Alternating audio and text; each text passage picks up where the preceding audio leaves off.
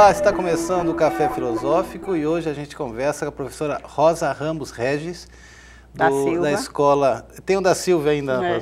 Tá bom. Rosa Ramos Regis da Silva, professora da Escola Estadual Winston Churchill. Tudo bom, Rosa? Tudo bom. Obrigado por você ter vindo. Há muito tempo que você não vem, né? É bastante. E eu queria começar um pouco falando, sabendo da tua trajetória, porque eu sei que você foi estudante do curso de filosofia, mas antes acho que você fez economia ou algo assim. Economia, é. Certo. Aí depois de um tempo, conta pra gente um pouquinho.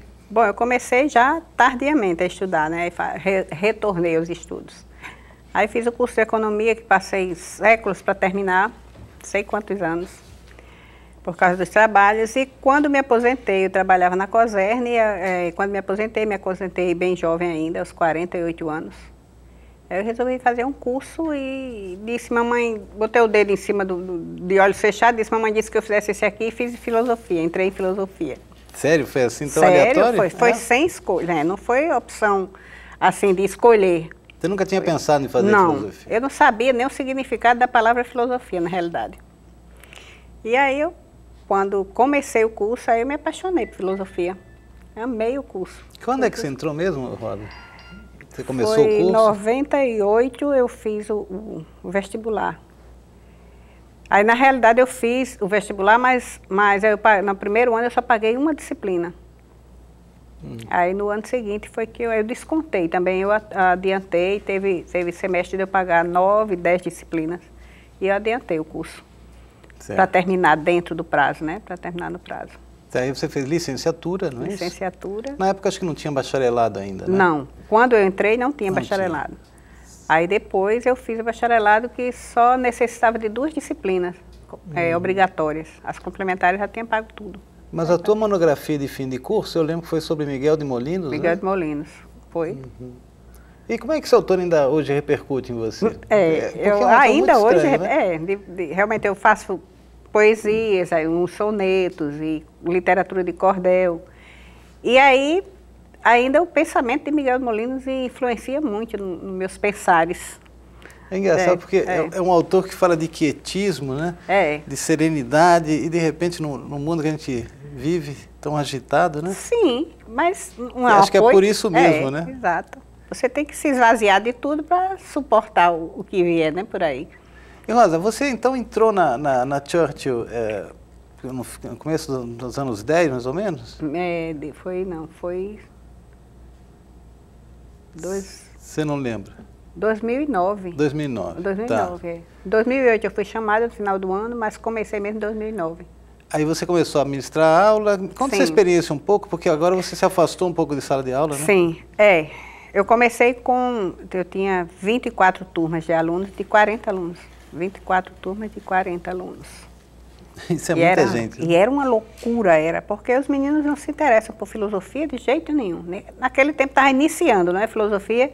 Aliás, eu acho que eu fui uma das primeiras professoras de filosofia.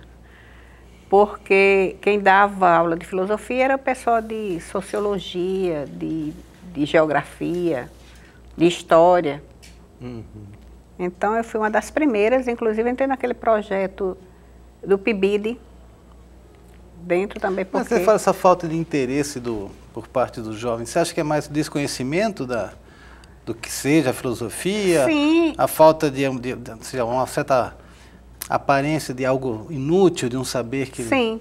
Você acha que é isso? Acho que sim. E os jovens, como eu dava aula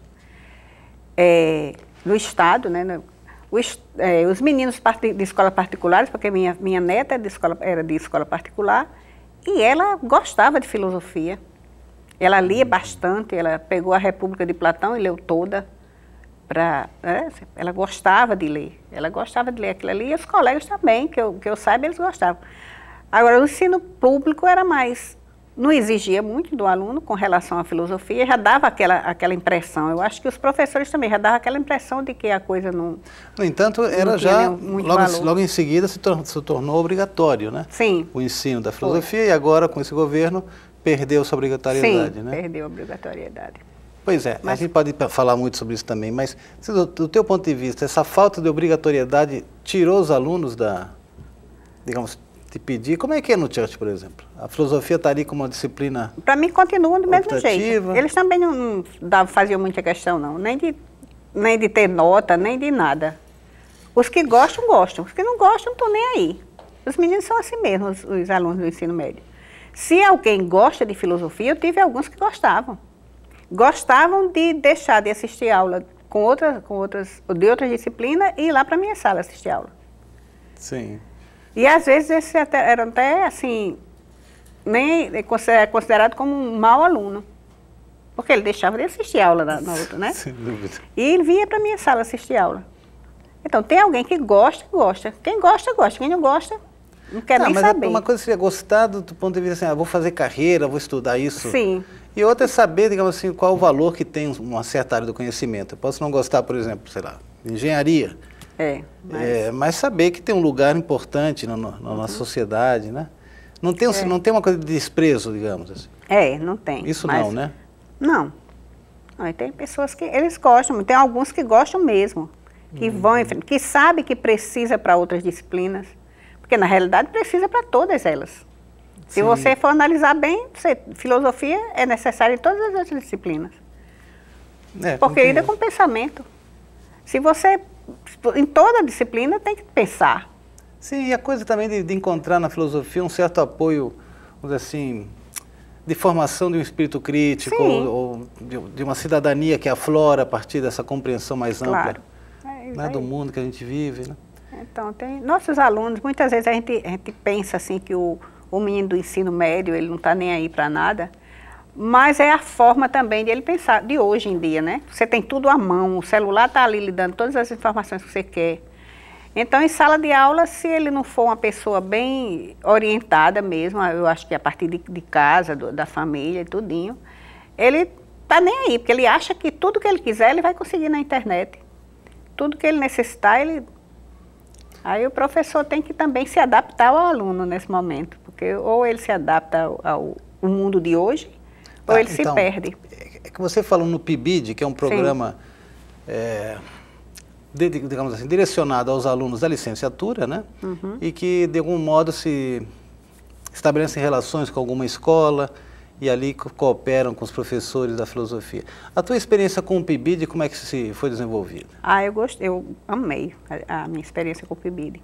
Com os meninos, já tinha alguns meninos que não se interessavam muito, mas aqueles que participavam ativamente mesmo, que os meninos iam lá e ficavam com a gente, assistiam a aula, depois se prontificava a dar uma aula com a assistência do professor, logicamente.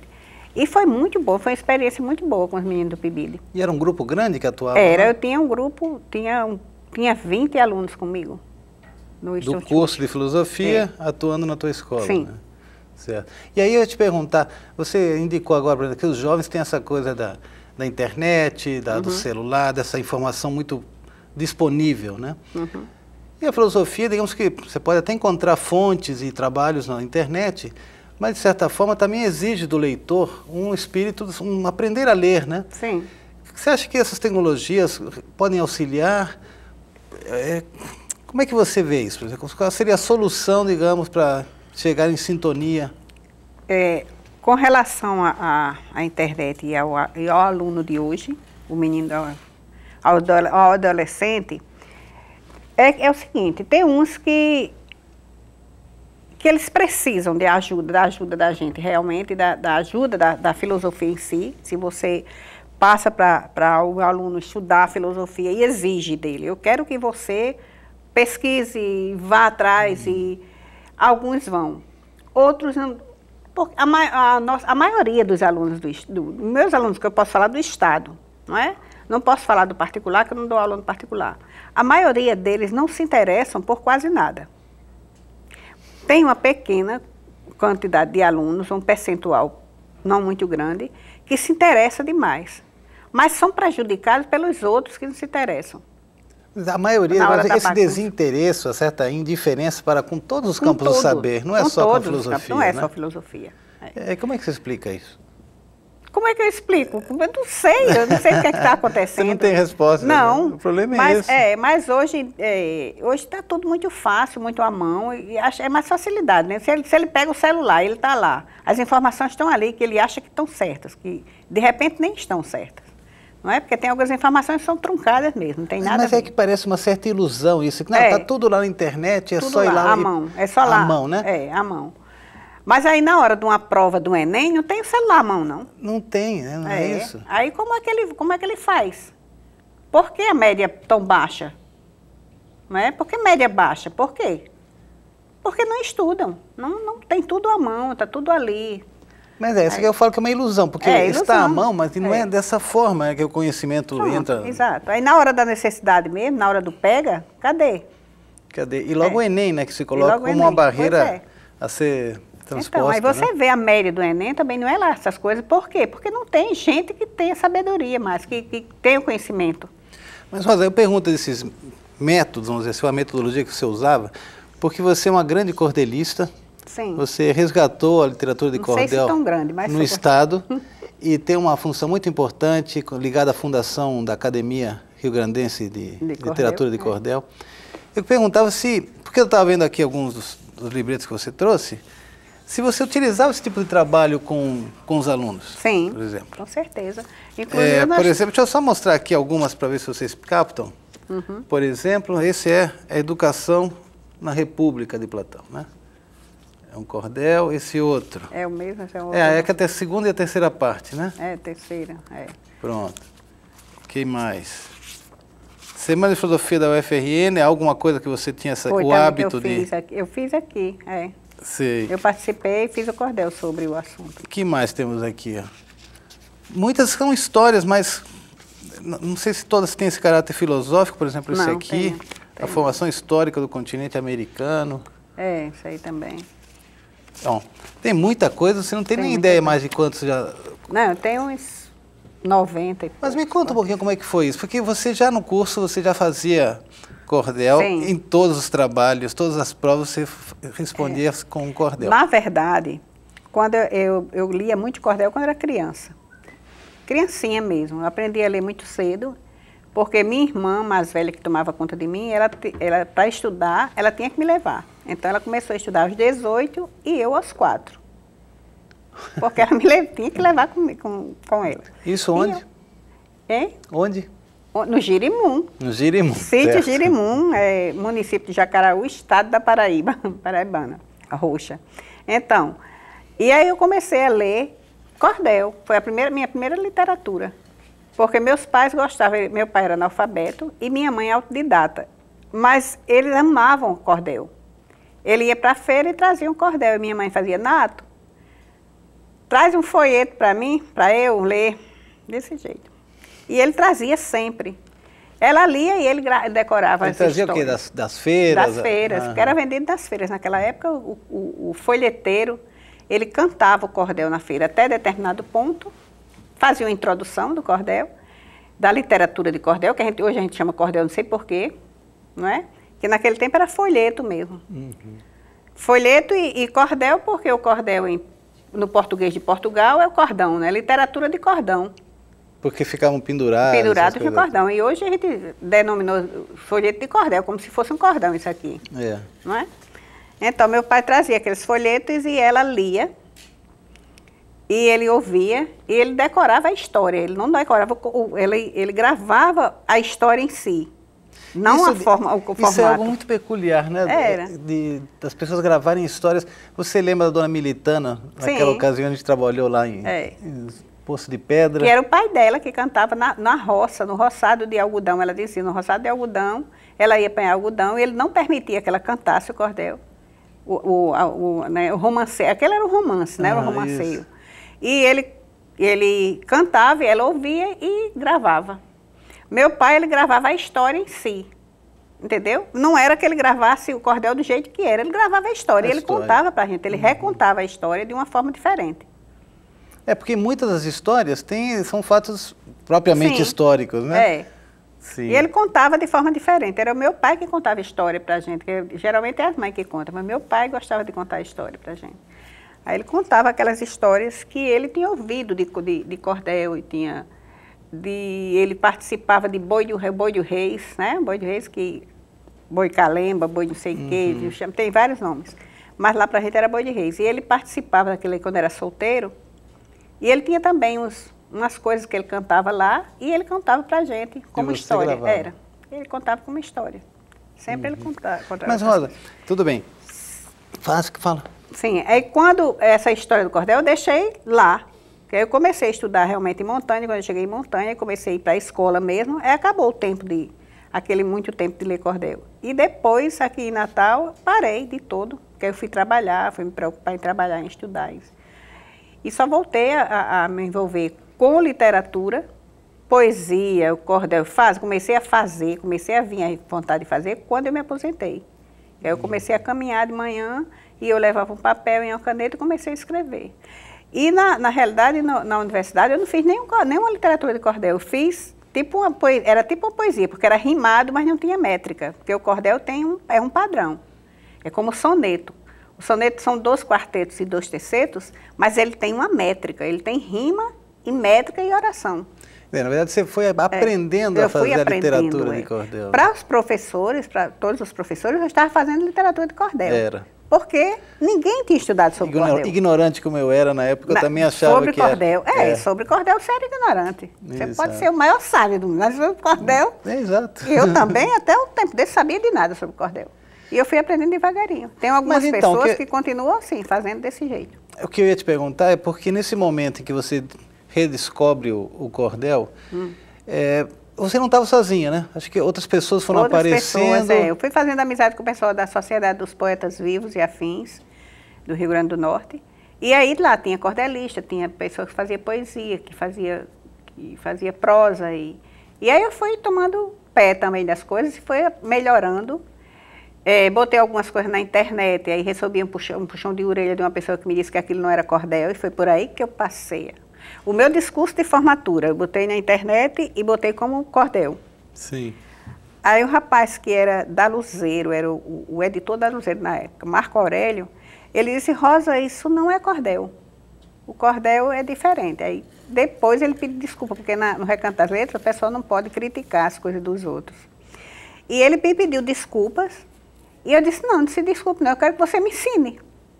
Uma coisa, o Recanto das Letras é um site? É um site. Fala um pouquinho sobre isso que as pessoas podem ter. Se você lembrar do site também.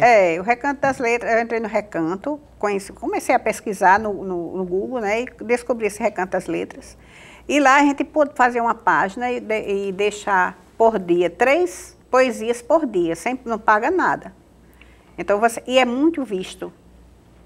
Ele é mundialmente visto. Vários países vê, gente de outros países vê o Mas só Recanto. Em português? Só em português. Que tem uma poesia pura também que existia, que é em várias línguas. Aí você pode também usar. Mas o Recanto é mais visto do que a poesia pura.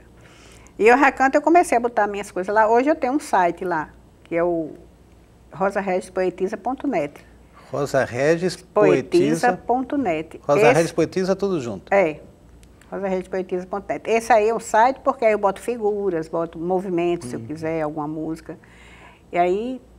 Eu nem tenho tempo de estar lidando, mas aí eu boto mais coisas. Mas foi aí que eu passei. Sim, aí esse Marco Aurélio me Do indicou. grupo esse aqui de cordelistas, tinha algum livro que você trouxe aqui, são vários, por sinal, mas um é que era um pouco como uma antologia. É esse aqui? Esse é uma antologia de cordel, Que traz o pessoal daqui do estado, né? É o último, é o nosso último da academia. Foi feito esse ano já, começo do ano, foi. Esses... A gente encontra nas livrarias? Encontra nas livrarias, eu acho que eu não sei qual livraria, eu sei que na Casa do Cordel tem. Mas, Rosa, então tem um momento em que vocês conseguem alcançar, digamos, esse status de uma academia rio-grandense de literatura de cordel. Como é que funciona isso hoje em dia? Ela está ligada à Academia Rio-Grandense? Não. Não, ela é... Onde ela fica, por exemplo? Pronto, o endereço dela é na minha casa, só que a gente não utiliza lá em casa para isso, porque eu fui a primeira presidente, a gente pegou o meu endereço e botou na academia. Mas o nosso encontro, a gente vai para a casa do atual presidente, que é em Parnamirim, José Acassi, mas atualmente nós estamos nos encontrando na Estação do Cordel, que é ali no centro da cidade, na Praça Padre João Maria. Ah, você que dia? A gente eventualmente, assim, precisa de se encontrar. Essa semana eu fui para lá para a gente fazer uma avaliação dos cordéis dos pretendentes a uma cadeira.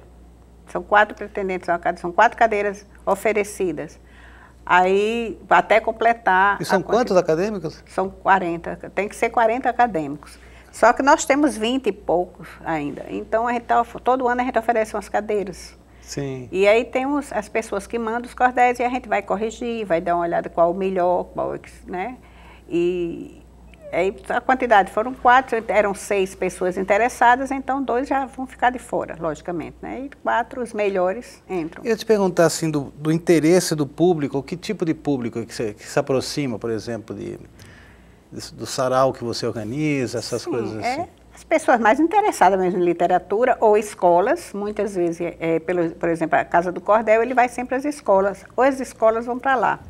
Não, eu pergunto porque tem algo assim de uma tradição mais do interior. Sim, não, né? Mas aí tem muita gente daqui mesmo que gosta. E bem, geralmente as pessoas daqui são descendentes do pessoal do interior, não é? Eu falo exatamente por isso, por uma certa reminiscência, como você, quando criança. Sim. Aí a maioria das pessoas que se interessam por isso são essas pessoas mesmo. Essas pessoas que vêm de lá e que foram habituados a ouvir o cantador de viola, que é o violeiro, ele é uma espécie de cordel, né, que eles fazem.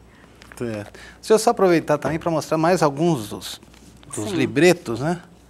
Por exemplo, o folclore do RN, na sua forma de ser.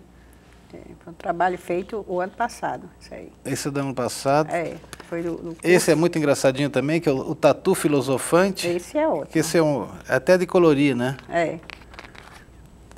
Aqui, ó. Esse Rosângela Trajano faz o texto e eu transformo em cordel. Esses dois são... Ah, tá. E esse Polvarejo em Dobro, não sei o que Esse aí são cordéis também. O primeiro livro que eu lancei foi esse daí. Esse é do ano passado também? Não, esse é antigo. Esse é de 2000 e... Ah, esse também foi aluno, Maurício, 2010. Né? Foi, Maurício. É ele que faz. Eu peguei os contos de Maurício, que era o Polvarejo, o nome do... E fiz o Polvarejo em Dobro. Polvarejo em Dobro, que era para ser os contos dele junto com o meu cordel. Mas aí ele decidiu não botar os contos, ficou só deixou só o cordel. Bom, aqui também tem o folheto de quem aprende vivendo, a sabedoria do povo do sertão. Esse aí Quase você não para de escrever, né? Esse aí foi... Esse barbudo está aparecendo aqui, né? Aparecendo, Platão. Esse aí foi... Platão mais novo. Foi o Ministério da Cultura, a gente entrou em 2010 também. E aqui é um prêmio Augusto dos Anjos, esse aqui é só seu? Não, isso aí é um concurso que eu ganhei. Ah, aí tá. Tá aí dentro a poesia. Lampião ainda é vivo no coração do Nordeste, o título da poesia ganhadora. Deixa eu dar uma olhada aqui para você mostrar. Mas esse aí é um aqui, prêmio da Paraíba? Foi da Paraíba, tá. Que é internacional esse concurso. Sim. Não sou chique não ganhando primeiro lugar no concurso. O Lampião ainda é vivo no coração do Nordeste, muito bem. Todos esses livros, esse acho que é mais difícil, mas os outros que são daqui do estado... Nas livrarias você encontra com mais facilidade. Não, esse aqui eu nunca deixei em livraria. Não? Não, tem um monte deles, vou doar às escolas, porque foi um prêmio que eu ganhei. Ah, tá. Entendi. Aí eu vou fazer... Rosa, nosso tempo está chegando ao fim, mas você queria, e eu peço e agradeço em nome de todos, que você leia. Sim, o que eu fiz hoje. É o que você fez hoje? Na hora, sim. Fiz agora, às 14h30. Meu Deus, isso foi agora, vindo de casa. Esse café, minha gente, que a TVU apresenta e que a filosofia esquenta com seu jeito diferente, onde, utilizando a mente, provoca nossa atenção, mexendo com o coração do sujeito apaixonado pelo saber, o danado, provoca nossa paixão.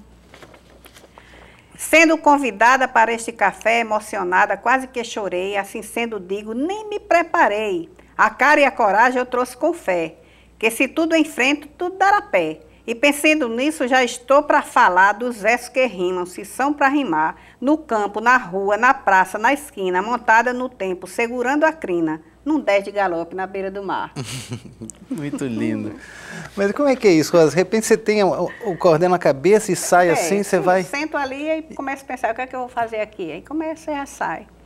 Em qualquer momento, dentro do ônibus, dentro do carro, sempre quando o Edilson vai me deixar na escola, aí eu vou também, já vou escrevendo. Né? Como se tivesse ficado represado tudo isso, né? E de repente... E agora... Se eu tivesse mais tempo, um pouquinho, é porque, infelizmente, além de trabalhar o dia inteiro, que agora a educação integral é de 7... Sim, porque a Churchill está agora nesse regime que vai ser o padrão daqui para frente de ensino integral, né? No meu caso, como eu tenho só uma matrícula, eu tenho o direito de almoço de 1h20, então eu posso sair mais cedo um pouco, eu posso ficar até 3h30 e ir embora, ficar direto. Mas os outros que têm 2 matrículas é até 5h15. E a carga horária dos alunos realmente muda, quer dizer, eles estudam mais. Entra de 7h30, só sai de 5h15 da tarde, às 17h15. E o alunado está gostando dessa experiência? Eles estão... Isso começou esse ano? Começou esse ano. Estão se adaptando. Estão se adaptando porque bem. Eles ficam lá, acabam almoçando por lá também? Almoça lá, o almoço é oferecido pela escola. O almoço é um lanche às 9 horas, o almoço de meio-dia, e à tarde, de 3 horas, outro lanche. Vamos ver, parece que eu acho muito interessante a ideia da educação integral, né? É interessante. Desde a época da Darcy Ribeiro, lá com o CIEP, começava mesmo isso. Mesmo porque tem alunos que vêm para a escola sem comer, sem se alimentar, que não tem condições. Diminui o transporte, não é? Porque aí ele só vai pagar o transporte de manhã e à noite quando volta. Quer dizer, de qualquer forma tinha transporte, era assim também. Mas aí ele fica lá, diminui a alimentação, os pais não vão gastar com alimentação. Não, e fica num ambiente educacional, isso que é importante. Né? Livre dos perigos da rua, não é isso? Pode acontecer alguma coisa na escola? Pode, todo canto pode, mas é muito mais difícil. Nem fala, aconteceu agora também essa tragédia lá em Goiânia, né? Mas é um louco que pode estar em qualquer lugar, não é? E aí, sim, é mais seguro. Rosa, querida, muito obrigado. Valeu. Rosa Ramos Regis da Silva, essa grande cordelista, professora de filosofia. Rosa Regis como poeta. E essa poeta, esse trabalho tão bonito que ela tem. Poetisa, né? Obrigado, Rosa, pela tua presença. Volte quando quiser. E você que está em casa já sabe que semana que vem tem mais. Até lá.